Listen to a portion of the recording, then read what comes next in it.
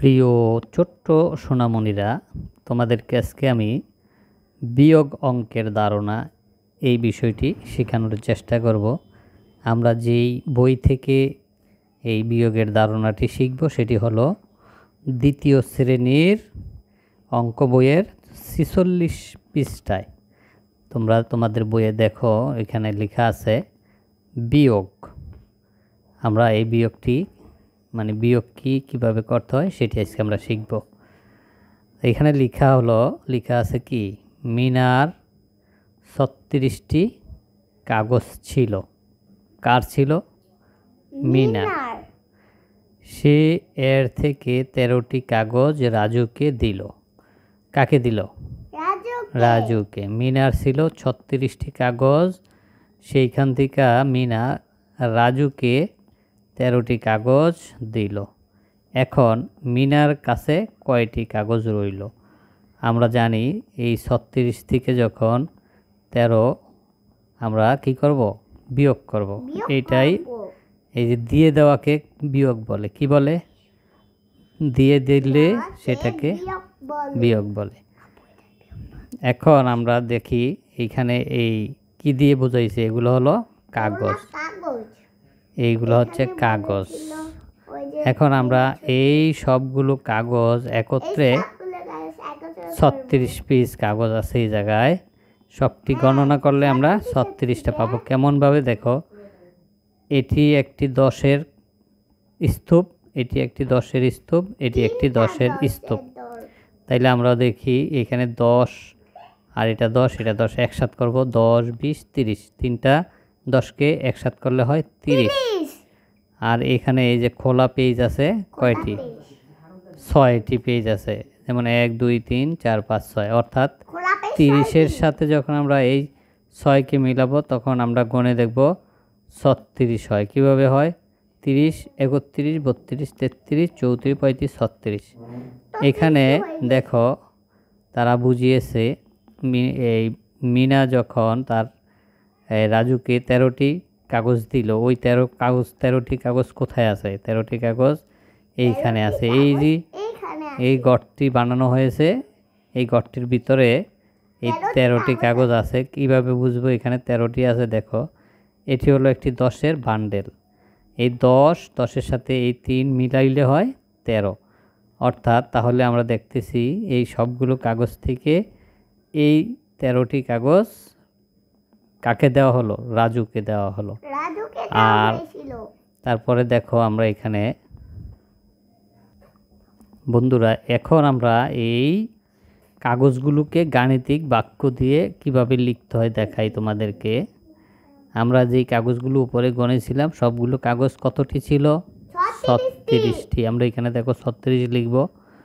এই ৩৬ লিখে দিচ্ছি। কেমন?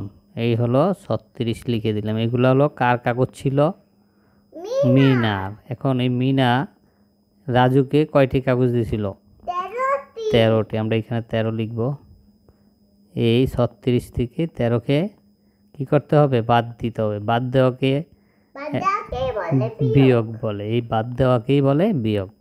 তাহলে কয়টি কাগজ থাকবে আমরা দেখছি বিয়োগটি করে।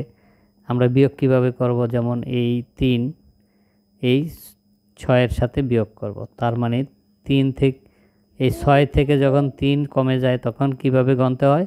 ৩-এর থেকে গণে ৬-এর কাছে যেতে হয়। ৩-এর থেকে গণবো আমরা। ৩-এর পরে বলবো ৪, ৫, ৬, অর্থাৎ ৬ যখন আমরা গণনা ৬-এর কাছে যাব তখন কতটা কর গণলাম? ৩টা।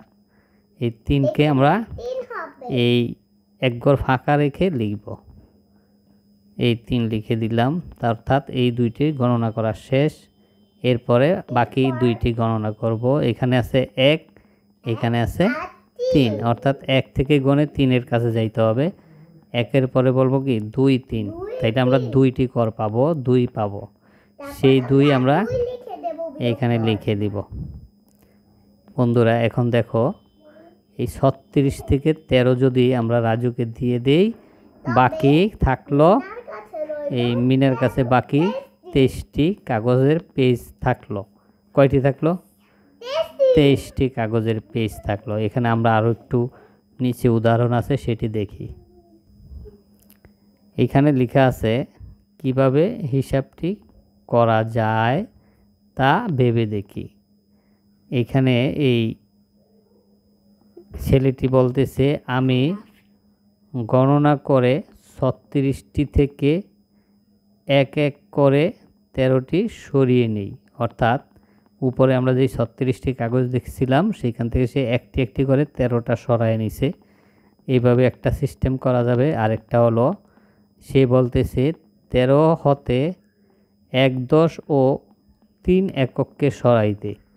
আমরা দেখাইছিলাম যে 1/10 ও 3 একককে আলাদা করে মার্ক দেওয়া ছিল, সেইখানে সে এইভাবে বলছে 1/10 কি বলছে 1/10 ও 3 একককে সরিয়ে নিতে।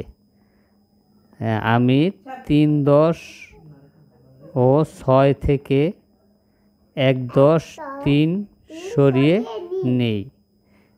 তারা এইভাবে ভেবে দেখেছে। আর একটু উদাহরণ আছে, আমরা নিচে দেখব। দেখো এখানে এই বলকের মাধ্যম দিয়ে তারা এই 36কে কীভাবে বাদ দিতে হয় দেখিয়েছে। এইখানে দেখো এই সবগুলো বলক হলো কয়টা? 10 20 30। এটা হলো 3-এর 10-এর 1। এটি একটি 10, এটি একটি 10, এটি একটি 10, অর্থাৎ 3টি 10। আর এখানে ছিল 6টি। এই 3 10 30 আর 6 36। এখন এই 13টি কীভাবে বাদ দিছে? 13টি বাদ দিছে এইভাবে কেটে কেটে কেটে কেটে। এখানে হলো 1/10 বাদ দিছে আর এখানে হলো 3 বাদ দিছে। এই জন্য এখানে 1/10 3 13, 13টি বাদ হলো। আর বাকি থাকবে এই 10 এই 10, অর্থাৎ 10 10 20। আর এখানে 3 23। এই 23টি থাকলো।